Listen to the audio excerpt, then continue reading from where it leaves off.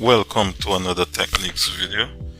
This beautiful engine the rebuild has been completed, and it's time to get this engine back into the car. Please like and subscribe to this channel Techniques Daily, if you want to see more of this type of video content. This engine is so difficult to install.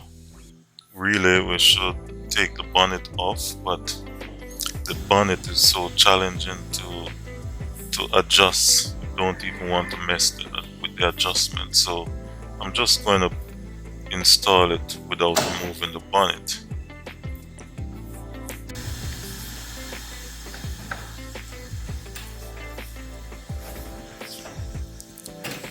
Now I'm trying to get the right engine mount, install it so that we can get at least one section of the engine in position, and this will free me up to move to the other side to get the other side lined up and install that mount.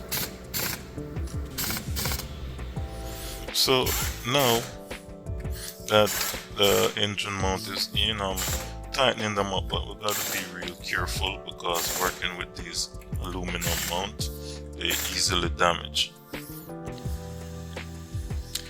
Engine is in and the mounts are all catch, so now I'm just going to remove this engine crane, and this will be the first major step in the installation for the engine. And it's always a good feeling when you reach this section as a technician, because you know you're truly on the way. So trying to catch up this air condition,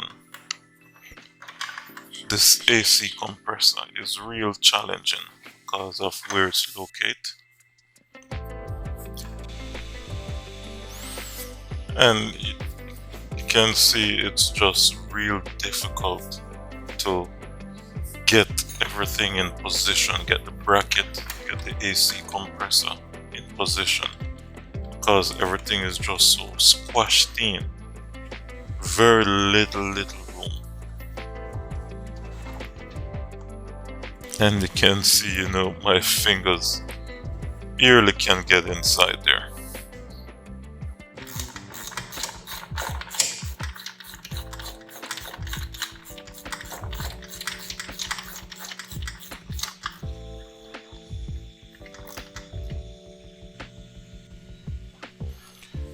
The radiator has been installed and a lot of the cooling system. Here we're getting closer and closer. You can see the wire loom, cooling system. The engine is 95% installed at this point.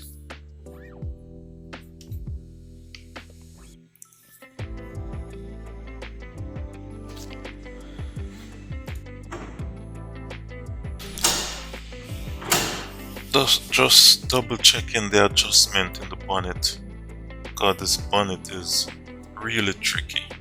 So I get a perfect fit around the headlight, which tell me that nothing will move out of position since with the engine in. Bolt system. This means we are very close to finishing this job.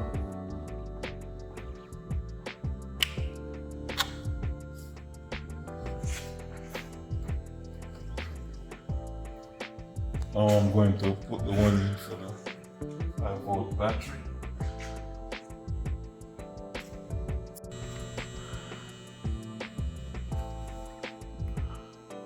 Powering up the battery back.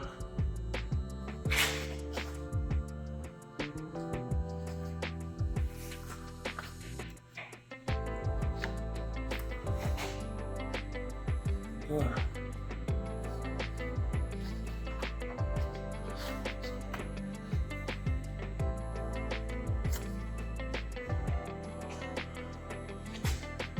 Okay, once we finish our tests and calibrations, and I'll come back and install all these covers in the bottom.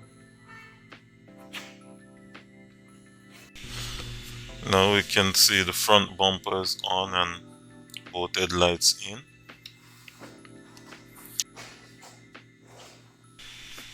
Getting the cooling system prepared for extensive bleeding, and this is a very technical process because unlike your ICE engine vehicle, this cooling system we have to also bleed the air out from the battery. I just had some coolant to the cooling system, so now I'm just going to bleed it out. And once I bleed it out, then we can start doing some programming. So what I'm actually doing now is I'm doing some programming from inside and using the computer to bleed the system.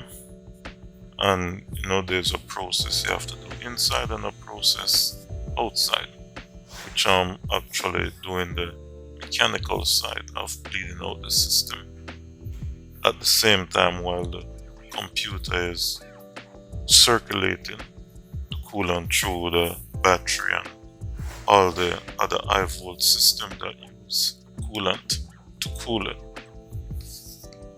And in this process I also going to do a health check on the entire cooling system. And this is very important because we don't want any runaway where the battery overheat or the vehicle shut down because the cooling system, the temperature become too high. If you're a young technician out there, this section of bleeding the cooling system is very important for it to be done 100% accurate, because you don't want any pocket of air inside the battery or in any section of the cooling system, because one, it can shut the high volt system down, and two, you don't want one section of the system cooling good while air in our next section and something overheating.